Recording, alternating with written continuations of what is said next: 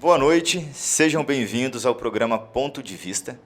Eu sou o Rui Alves e apresento esse quadro de entrevistas do portal de notícias Boletim Goiás, feito em parceria com a TC Multimídia. No programa de hoje nós vamos falar sobre a reforma tributária e como que ela influencia no setor de serviços. Antes de mais nada, se inscreva aqui no nosso canal, compartilhe esse vídeo, deixe aqui o seu ponto de vista. Para conversar sobre esse assunto, hoje nós estamos aqui com a doutora Fernanda Terra, ela que é advogada, especialista e mestre em Direito Tributário, especialista em Compliance e Lei Anticorrupção, sócia fundadora do escritório Terra e Vec Advogados e secretária-geral adjunta da diretoria da OAB Goiás. Obrigado, doutora, boa noite, obrigado pela presença. Boa noite, Rui, boa noite. Eu que agradeço o convite, é um prazer estar aqui para falar de um assunto que eu sou apaixonada. Que bom, ficamos satisfeitos então. E aqui à minha direita, como comentarista, está a Ismênia Marengão, que é contadora, pós-graduada em auditoria contábil, especialista em prestação de contas eleitorais e partidárias, bacharelanda em Direito e sócia fundadora do escritório Moriá Contabilidade. Boa noite, Ismênia, tudo bem? Boa noite a todos vocês, obrigada pelo convite, mais uma vez aqui com vocês, né? Sempre, às vezes eu estava assim, sempre assistindo, agora presencial, a coisa muda, né? Dá um friozinho na gente, mas a gente está aqui para tirar algumas dúvidas sobre esse tema tão polêmico que está, né? Sobre a reforma tributária, porque tudo novo acaba trazendo insegurança, né? Para as pessoas. Como vai ser de agora para frente, né? Como vai ser esse futuro do nosso Brasil com essa reforma tributária implantada? Qual o objetivo dela, né? Então, assim, muitos aspectos. Isso aí, eu fico satisfeito de saber que você acompanha a gente, viu, Ismênia? Obrigado. Então, já iniciando aqui sobre o nosso tema, no último dia 7 de julho, na madrugada, foi aprovado em segunda votação na Câmara dos Deputados a PEC 45 de 2019, perdão, é tão recente, não é tão velho, sobre a reforma tributária, na verdade só o texto base. E agora o texto vai para a aprovação do Senado, ou alteração em Senado para depois uma sanção presidencial. E tem gerado discussões, até porque é um tema que tem aí mais de 30 anos sendo discutido sobre a reforma desses tributos do nosso país. E a gente está aqui para falar um ponto específico, porque o tema é muito amplo e estamos com pessoas dos setores de serviço, né? A advocacia, contabilidade, e aprofundar aqui um pouquinho sobre o tema. Então, vou começar aqui com a doutora Fernanda, perdão. Doutora, como é que a senhora enxerga a importância de uma reforma para o nosso sistema tributário nacional? Rui, eu vou responder usando seu ato falho, porque você começou falando 1900, porque de fato nós aguardamos uma reforma tributária desde 1995, né? A Constituição de 88 previa essa reforma.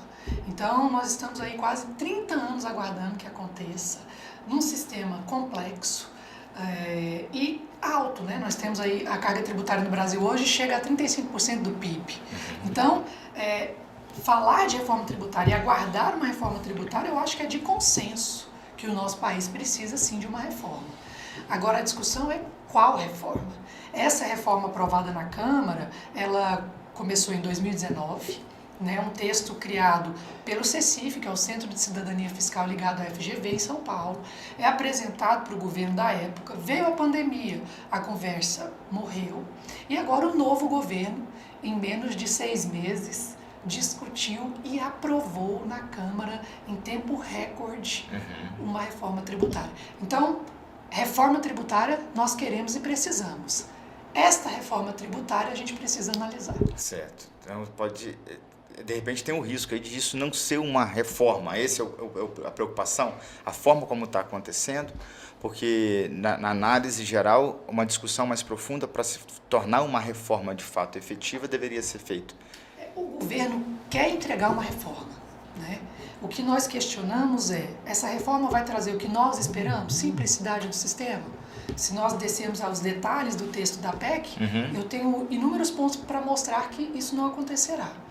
Redução de carga tributária? Muito menos, porque nós vamos discutir aqui a questão do serviço e fica claro para nós que, na verdade, haverá aumento de carga. Então, haverá uma reforma se o governo entregar isso, mas não uma reforma que traga simplicidade e redução de carga. Pelo contrário, trará complexidade e aumento de carga. Certo. Ismênia, uma reforma, ela auxilia ou ajuda o serviço contábil, o que você já presta para os empresários? Você hoje atende inúmeros empresários, inclusive empresários do setor de serviços, que é o que a gente está abordando aqui. É necessário uma reforma nesse trabalho de chão que você faz? Então, meu ponto de vista, né, no caso, o que é uma reforma tributária? Uma mudança nas leis que determina a cobrança e os pagamentos de impostos e tributos. E a gente já esperava a qualquer momento sair, sim, essa reforma tributária, mas será que seria viável nesse momento que a gente está passando, esse período pós-pandemia, onde várias empresas fecharam as portas e estão muitas se reerguendo agora? Então passou por um período muito difícil os empresários aqui no Brasil e às vezes até no mundo inteiro.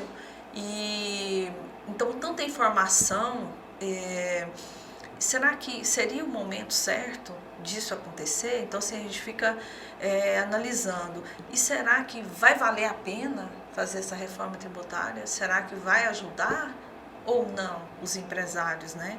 O que a gente queira, o que é que, claro, que o governo faça com que os empresários invistam no Brasil, que seria o correto, mas para ter investimentos novos aqui no Brasil, teria que ter um incentivo fiscal, e muitas das vezes não tem.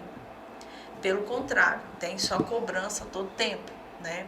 Hoje, para um empresário ir, para ele pegar um financiamento que seja, principalmente se ele estiver iniciando, é a maior dificuldade.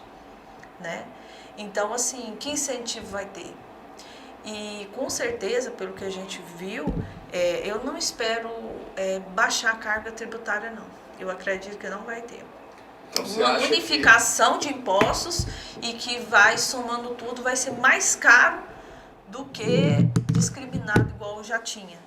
Embora cada município, né, às vezes do ISS tem sua tributação diferenciada, mas se unificar e vai sair com certeza bem mais caro. Acho que pela sua análise aqui até agora, também o texto é básico que a gente fala, não tem muito o que se discutir tanto a fundo da reforma, mas pela sua análise aqui até agora e como funciona o nosso sistema tributário, é preferível que tivesse mantido da forma como está do que o que foi apresentado? Eu acho que sim, porque no sentido, os empresários ainda estão pagando dívida do período ainda da pandemia. Então, muitos dívida deles... Fiscal. Por quê? Porque no período da pandemia, diminuiu-se a receita, né? E a maioria das vezes as despesas continuaram. Então, assim, passaram por um período muito difícil. Estão tentando recuperar agora. Então, agora já muda de novo a tributação. E aí, como vai ser esses parcelamentos que já estavam feitos no passado? Como que vai ser essa carga tributária? Eu acredito que quem está no Simples Nacional talvez não vai afetar tanto.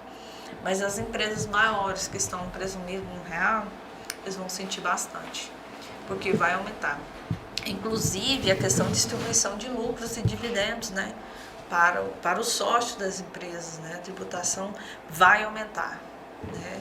Então, assim, eu gostaria que, no momento, às vezes o governo pensasse mais um pouco, refletisse mais um pouco, porque o Brasil não está fácil viver aqui, como empresário, não está fácil.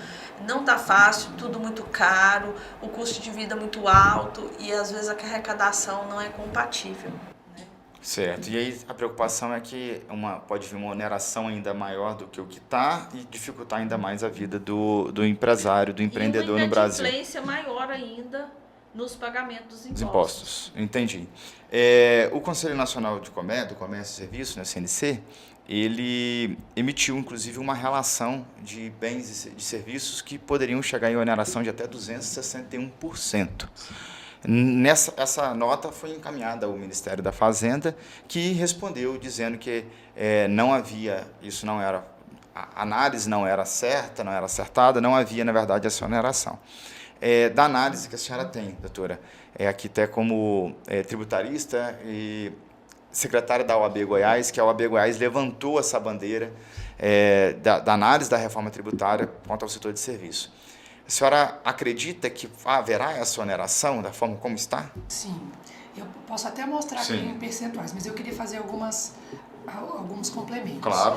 Quando a gente fala da PEC, nós estamos falando de uma proposta de emenda à Constituição. O tributo, ele nasce na Constituição, por isso a gente precisa mudar a Constituição para depois mudar as leis. Essa PEC, que é a Proposta de Emenda Constitucional 45, que está no Congresso, ela unifica IPI, PIS, COFINS, ICMS e ISS. 5 tributos que virarão CBS, uma contribuição que vai para a União, IBS, um imposto que ficará para estados e municípios, e o IS, um imposto seletivo chamado Imposto do Pecado, que é para proteger saúde e meio ambiente. Certo. Então, cigarro vai incidir IS, cerveja vai incidir IS. Certo. É isso. Então, Entendi. eu pego 5, transformo em 3, em tese, para dar simplificação. E aí a gente tem algumas coisas que para responder, mas eu quero ir para o serviço só para a gente entender. E essa PEC, ela termina assim, com o último artigo dela fala, daqui a 180 dias, então essa PEC dos tributos sobre consumo que a gente fala, daqui a 180 dias tem que ter uma reforma nos tributos sobre a renda. E aí, quando a Ismênia falou que haverá aumento na tributação de distribuição de lucro, essa PEC não trata disso. A próxima PEC, a próxima reforma dos tributos de renda é que trarão isso. Mas um detalhe, tributar a distribuição de lucro no Brasil, fala-se também, tanto quanto fala-se há 30 anos de reforma tributária. Existem 32 projetos de lei no Congresso para a tributação e distribuição de lucro. 9 são do partido que está no governo atual. Então, assim, a gente pode esperar que, de fato, haverá uma distribuição de lucro. E para o serviço, eu vou mostrar aqui, vamos passar para o serviço, né? Certo. Então, vou mostrar para o escritório de advocacia, tá? Okay. Que eu fiz baseado muito no meu. O que a gente paga hoje? A gente paga R$ 4,80 de imposto de renda, 3,2 de adicional de imposto de renda para quem fatura mais de 20 mil mês, e se ele não fatura isso, ele está no simples, certo. né? PIS/COFINS 3,65, desculpe, pulei, contribuição social sobre lucro 2,88, PIS/COFINS 3,65, total 14,53. Pagamos o ISS uniprofissional, que é um valor por advogado, mais ou menos 260 por advogado no quadro societário. Eu arredondei isso para 35. 15. Desculpe, 15, arredondei para 15. 14,53 para 15. Com a reforma tributária, eu vou continuar pagando o mesmo de imposto de renda, o mesmo de adicional de IR e o mesmo de CSL. O que eu vou pagar mais? PIS, COFINS e ISS. A alíquota suposta, porque ninguém sabe qual alíquota será de 25. Eu saio de uma carga de 15 para uma carga de 35,88. Qualquer serviço? Os serviços uniprofissionais, médicos, advogados, contabilidade também é uniprofissional. Aumenta um pouquinho. A gente pode... Essa de 4,8 passa para 6. Então já o imposto é. de renda da pessoa jurídica já é 6%. O presumido de vocês é maior? Maior.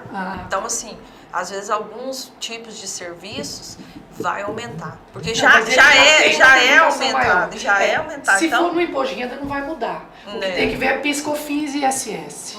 Então, quando eu vou do PIS, COFINS para o ISS, eu vou para 35,88. Mas tem que lembrar que esses tributos eles são vendidos como IVA, Imposto sobre Valor Agregado. Significa que eu vou ter tudo que alguém pagou atrás de mim, então eu comprei o papel Chamex lá na papelaria. Eu vou ter crédito em cima desse papel Chamex.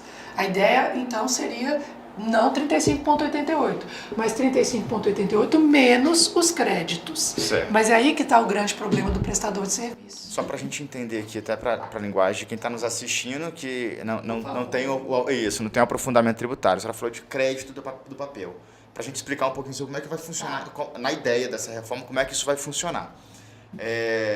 Você comprou o papel, tem a nota fiscal dele e apresenta a nota fiscal de compra. Como é um produto que você comprou para o uso do seu serviço, isso aí desconta o valor do imposto e você desconta no seu pagamento? Isso. É isso. Se a papelaria pagou 25 de CBS, eu vou pegar aquele 25 dela e vou colocar aqui. diminuir do valor que eu vou pagar de CBS. Certo. É uma conta de entrada e saída, entrada e saída, entrada e saída. Então, para isso depende que a papelaria declare e faça. Exatamente. Inclusive, uma das grandes discussões da proposta, da PEC, é que a PEC diz que eu só vou ter direito a esse crédito se a papelaria pagar.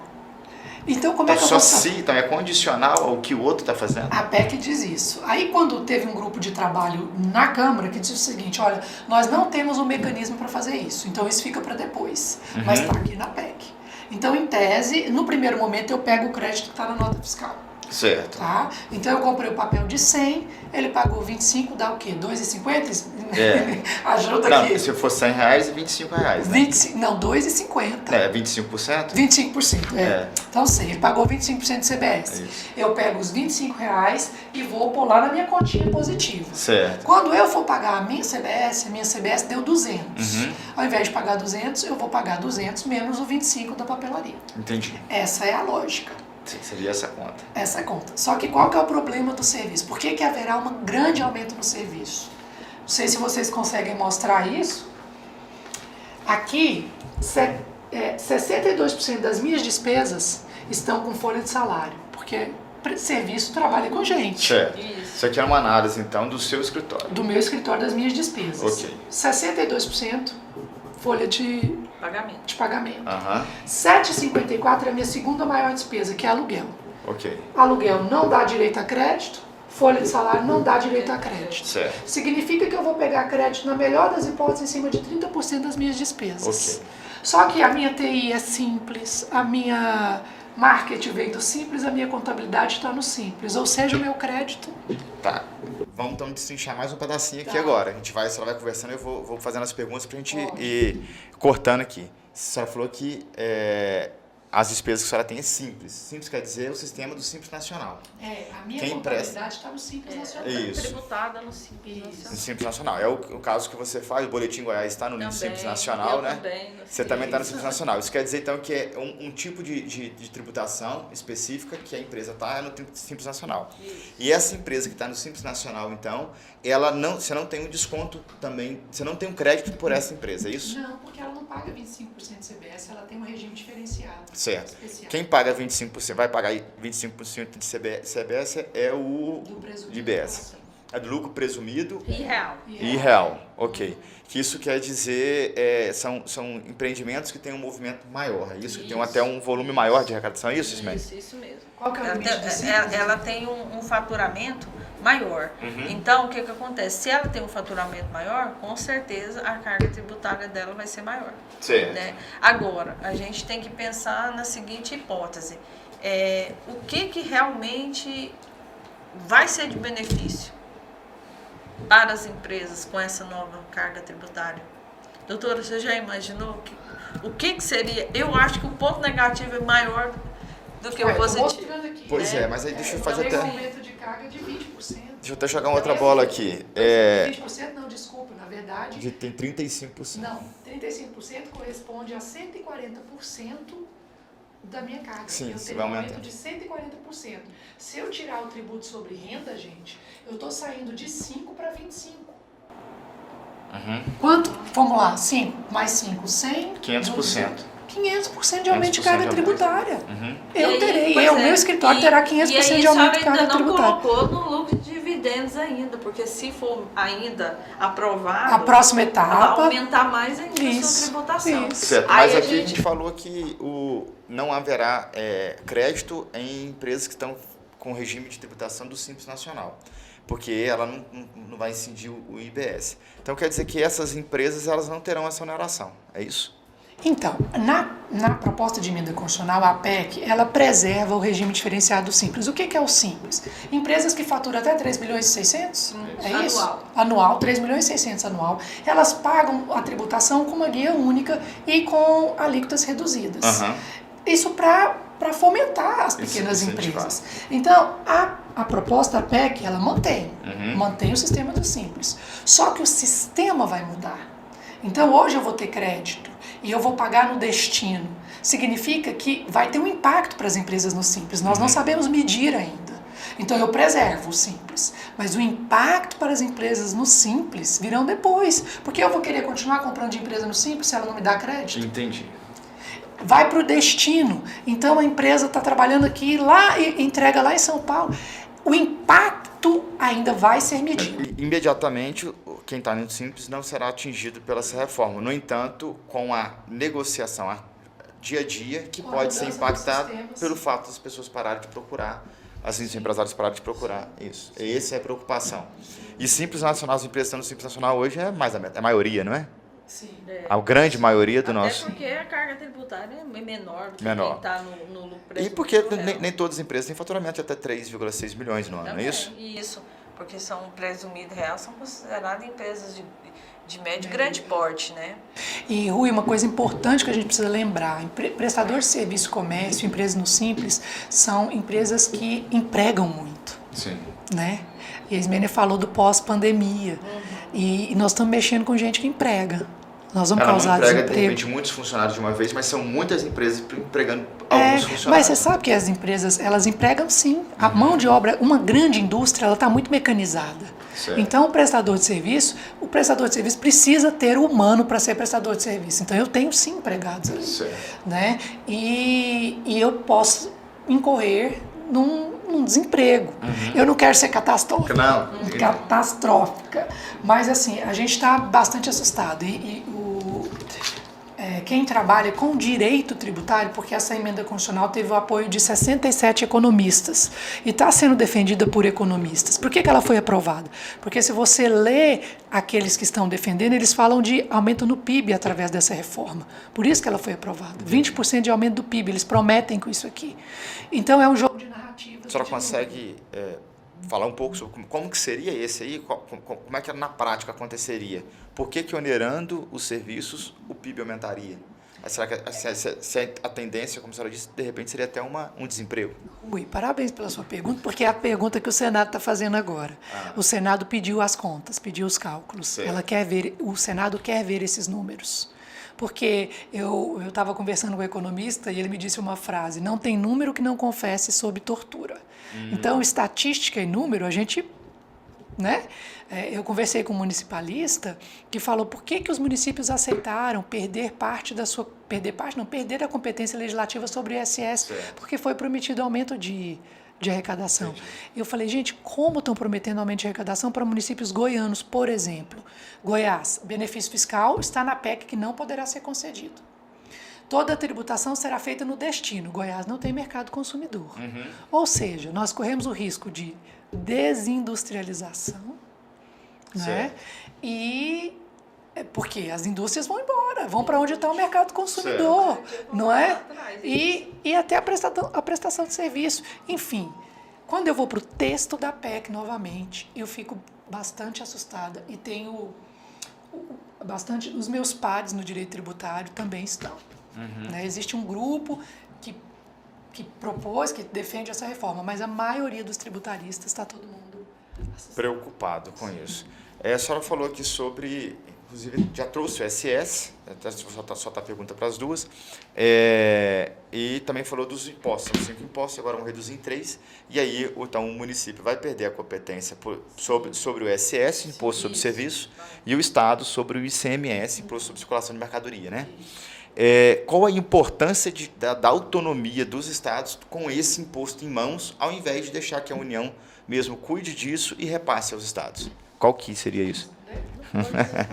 Então, o município não vive de ISS, o município vive de FPM, que é o repasse do Estado. Perfeito. Então, do ponto de vista dele perder, em tese, ele não estaria perdendo, não seria tão ruim quanto é para o Estado, porque o Estado vive de ICMS, o Estado, né, a grande receita do Estado vem do ICMS. Só que, simbolicamente, eu perder a competência legislativa, seja do ISS, principalmente do ICMS, eu estou dando poder e centralização de poder na União. No Brasil, todas as vezes que houve centralização de poder, os momentos de centralização de poder na União coincidem com poderes de ditadura. Ao longo da história. Todas as vezes que se concentra poder na União, nós estamos falando de poderes ditatoriais. Certo. Então, poder dividido é mais difícil de ser arbitrário. Então, simbolicamente, ainda que os municípios não vivam de ISS, retirar a competência legislativa do município eu considero gravíssima. E mais, os municípios têm muito problema com a FPM. Né? Em Goiás nós temos 256 municípios. 246 municípios. Quando o Estado faz a divisão, se um município questiona, eu tenho que revisar o de todos eles. Agora você pensa, esse tributo vai para um conselhão, Sim. onde eu vou tá junto os 27 estados mais DF e os 5.568 municípios do país. Essa receita nesse conselhão vai ter que ser dividida para todo mundo. Imagina se um questiona, se um estado questiona, se um município questiona. Que confusão que vai ser isso? Não tem uma definição de como é que vai ser feita essa divisão. Houve arrecadação mas deverá ter um critério para divisão. Tem, tá na PEC, tem, sim. Os critérios estão na PEC, assim como os critérios da alíquota. Para a alíquota nós teremos uma transição de 8 anos, para os repasses serão 50 anos. Certo. Para quê? Ajustar, para ver se vai dar certo. É uma análise de se pensar que 50 anos para de repente chegar na frente e ter que fazer uma outra reforma. Exatamente. Seria isso? Se todo mundo não quebrar antes, a gente faz outra reforma daqui a 50 anos. Porque é um período de análise, seria uma incubadora desse negócio. A repartição de receita, sim. E para medir a alíquota, o impacto disso serão 8 anos de transição. Certo. Ainda nesse aspecto, Ismênia, do tributo do Estado, você como profissional, você vê que os seus clientes fazem uma arrecadação, um repasse muito grande ainda, apesar de que o município não vive de ISS, né?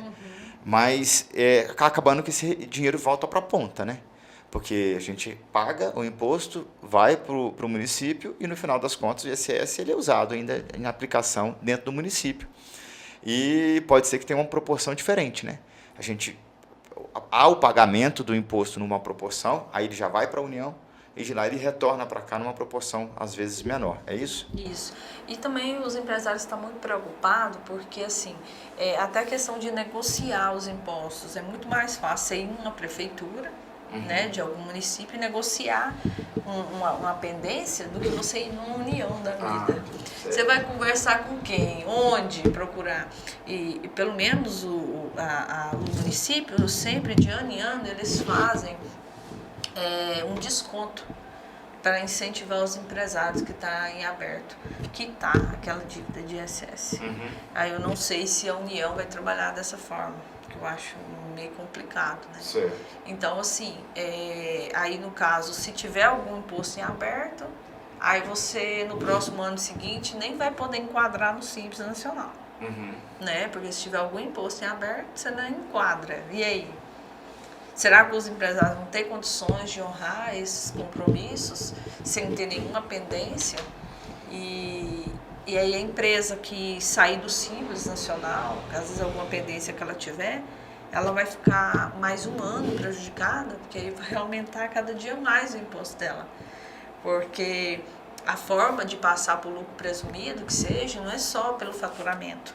Se ele tiver alguma pendência em algum desses tributos, automaticamente ele já é desenquadrado e passado por presumido, com a carga tributária muito maior, né? Isso já é de praxe hoje. Agora, com essa reforma tributária, aí que vai aumentar ainda mais, né? Então, assim, aí a gente fica assim à mercê, né? E eu não gostaria que fosse dessa forma, entendeu? Eu acho que a gente ainda nem adaptou ainda a esse novo governo, então assim, eu acho que está muito recente ainda para uma reforma tributária assim, que vai impactar tantos aspectos, que vai independente do empresário, se ele é pequeno, médio ou grande, vai impactar na vida de todo mundo, né? Você trouxe um aspecto interessante aqui, é que quando a gente pensa em reforma, estava até conversando com a doutora Fernanda antes de a gente começar aqui a gravação, a gente pensa em duas coisas, né? Ainda mais uma reforma tributária. Você pensa que vai ter uma desoneração, vai diminuir os impostos e vai ter a simplificação disso aí.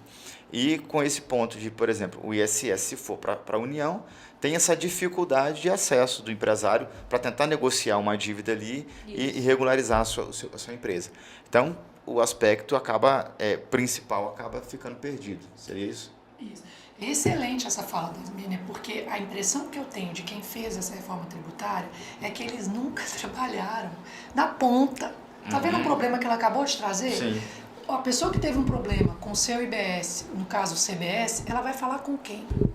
Com o IBS. Antes ela ia lá no prefeito. Isso. Agora ela vai ter que ir num conselho federativo formado pelos 27 estados, mais DF, mais 27 municípios que serão eleitos. 14 por eleição direta, 13 por número de votantes na cidade. Então, é um conselhão. Aí você tem um débito, você é um pequeno empresário ali de Nerópolis, você ia lá no seu prefeito, tentar resolver, passou por uma dificuldade, todo mundo passa. Vamos resolver para eu manter no simples. Agora, se eu tiver um problema, eu vou aonde? Lá em Brasília, eu vou procurar quem? Esse conselhão vai ser E a aonde? Ismênia tem essa vivência, né? Porque o contador, na verdade, muitas vezes, quando o empresário tem um imposto em atraso, entra em contato com o contador, vamos renegociar. E aí é o papel do contador de ir atrás para poder resolver o problema, Marcar né? um agendamento no órgão competente e tentar fazer uma negociação. Talvez não é dívida grande, talvez é 1, 2 meses que está em aberto, é coisa pequena, mas que aquela coisa Acaba pequena sendo pode se ajustada. transformar numa coisa Isso é grande. perfeito, porque a impressão que eu tenho é que eles não... É assim, é o teórico que está numa bolha, e aí ele tem uma ideia brilhante, mas ele esquece de... Sabe aquela... Na prática a teoria é outra. É um detalhe simples que você acabou de trazer, que já traz uma enorme complexidade. Fiquei devendo meu ISS, gente. Eu vou procurar quem? Então assim, é complicado. E aí a gente pensa assim, que traz medo pra gente, insegurança, digamos assim, nesse aspecto, porque quantas pessoas vão desenquadrar do Simples por esse simples motivo, né? E vai ter que pagar um custo muito alto por isso. A gente pensa que, na questão técnica, que agora tem que estar sendo trazido aqui, a gente não pode fugir disso, né? Porque são a área de atuação de vocês. Mas a gente vem aí pensando que há muitos anos queríamos uma reforma, né? Uma reforma tributária, e muitas vezes é melhor passar a boiada do jeito que está e depois a gente vai tirando os bois bons e os ruins e vai aparando as arestas. Não como profissionais aqui, mas como contribuintes. Ainda assim, vocês acham que a reforma ter passado agora é ruim? Bom, como contribuinte, eu vou pagar, eu vou ter 500% de aumento de carga tributária, eu acho ruim. Foi difícil, né? E vou ter aumento de obrigação acessória também. Então, eu realmente não vejo... eu continuo achando que esta reforma não é boa. Mas eu estou torcendo, eu tenho falado isso em todos os lugares que eu falo, eu quero tanto estar errada. Nesse caso, eu não vou ter problema se eu estiver errada, né? Mas eu não... 500% de aumento de carga tributária, ninguém quer, né, gente? E sempre a gente vê especialistas comentando sobre isso, sempre eles empregam a carga negativa nesse aspecto maior do que a positiva, né? Nesse aspecto, porque assim... será que as novas pessoas que às vezes estão desempregadas, sempre ele fala assim, eu vou montar um próprio negócio, não é? A primeira coisa que ele pensa. Aí agora com essa nova carga tributária, ele vai pensar, mas será que vale a pena eu montar um próprio negócio? Porque se a carga tributária for muito grande, eu não vou conseguir, porque eu sou um pequeno, vou começar do zero e eu não tenho incentivo do governo em hipótese nenhuma. Porque se eu for no Goiás Fomento, para mim conseguir um empréstimo ali, eu teria que dar um bem em garantia, eu não tenho. Eu teria que ter fiador, também eu não vou conseguir. E como que eu vou arrumar um dinheiro para iniciar meu primeiro negócio? Né? Se eu ir com essa carga tributária alta. Eu posso falar uma coisa aqui, outro ponto que a Ismênia trouxe maravilhoso, acaba benefício fiscal. Não pode mais ter política de desenvolvimento com ICMS, nem com ISS. Sabe qual a solução dada na proposta? Fundos de desenvolvimento, como a FCO, como o BNDES, como os do Nordeste, Sudene. Quem tem acesso? Você acabou de falar. Ela falou da agência de fomento, que foi feita para fomentar o pequeno. E o pequeno? É difícil. Agora você imagina toda a política de desenvolvimento ser feita através de fundos, porque acaba a política através do ICMS. Então, assim, é muito bacana ouvir quem eu vou chamar chão de fábrica, quem está no dia a dia da empresa com o empresário, porque ele traz a realidade. Certo. E de repente, então, foi isso que faltou ser discutido lá em cima, né? Eu entendo. Mas ainda há tempo de discutir, ainda vai ser aprovado no Senado, né? E vai ser votado no Senado, pode ser discutido e alterado algumas outras coisas. A gente está caminhando aqui para o final, o nosso bate-papo acaba sendo muito rápido, né? Para manter o formato. Mas só mais uma pergunta, doutora. O Rafael Lara, doutor Rafael Lara, o presidente da OAB Goiás, ele posicionou muito sobre essa questão da oneração do serviço, principalmente até porque está representando um serviço que é a advocacia. E alguns outros serviços conseguiram uma redução, como exemplo o serviço jornalístico e alguns outros. A OAB Nacional, ela não posicionou nesse ponto? Sim, ela está trabalhando nesse sentido. Foi aprovado na PEC que alguns setores, 8 setores, educação, saúde, serviços jornalísticos, são 8 setores, hotelaria, terão a alíquota reduzida em 60%. Ou seja, se a alíquota for 25%, eles pagarão 10%. Se for 30%, eles pagarão 12%. Nós entendemos que, assim como o serviço jornalístico contribui para a democracia, a advocacia também. Tanto é que é a profissão que está ali na Constituição como indispensável para a administração da justiça. Nesse sentido, há sim um pedido para que, na verdade, a advocacia, a OAB, ela pediu para serviços de sociedade uniprofissionais. Certo. Ela até foi mais ampla, ampla. Do que a própria advocacia, mas ela tem sim trabalhado nesse sentido. Tá? A Advocacia Nacional e o presidente Rafael Lara também tem se colocado ao lado do presidente Simonetti em Brasília para essa discussão. Ok. Já vou aproveitar que a fala está com a senhora, para essa câmera aqui, a senhora deixa o seu contato para as pessoas poderem te achar e conhecer um pouco mais sobre o trabalho que a senhora faz como advogada tributarista. Então, eu tenho o Instagram, Fernanda Terra, e o TRVEC Advocacia, onde nós estamos constantemente dando informações sobre a reforma tributária e questões ligadas à tributação. Obrigado, doutora. E aqui, Ismênia, muito obrigado também pela participação.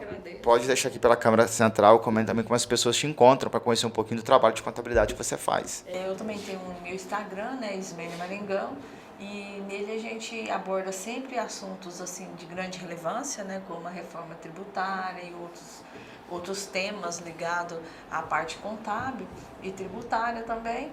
E segue a gente lá que vocês vão ter grandes novidades e também a gente vai responder algumas perguntas, né, que às vezes grandes pessoas, assim, muitas pessoas às vezes, eu tenho tal pergunta, eu vou onde, como procurar? Então, assim, a gente vai tentar responder, tá? Eu estou à disposição de todos vocês.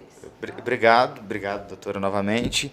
Agradecer aos nossos parceiros aqui, o app do advogado, já estamos aqui com um advogado, inclusive, que sabe a dificuldade que o advogado tem em comunicação com o seu cliente, então acesse appdoadvogado.online e conheça essa plataforma. Agradecer aqui o nosso diretor Lucimar, da TC Multimídia, sempre nos gravando. E, para encerrar, nada melhor do que uma frase de Ulisses Guimarães, ainda numa das aberturas dos seus trabalhos legislativos, em que diz que a história nos desafia a grande serviço, nos consagrará se o fizermos e nos repudiará se o desertarmos. Obrigado, uma boa noite.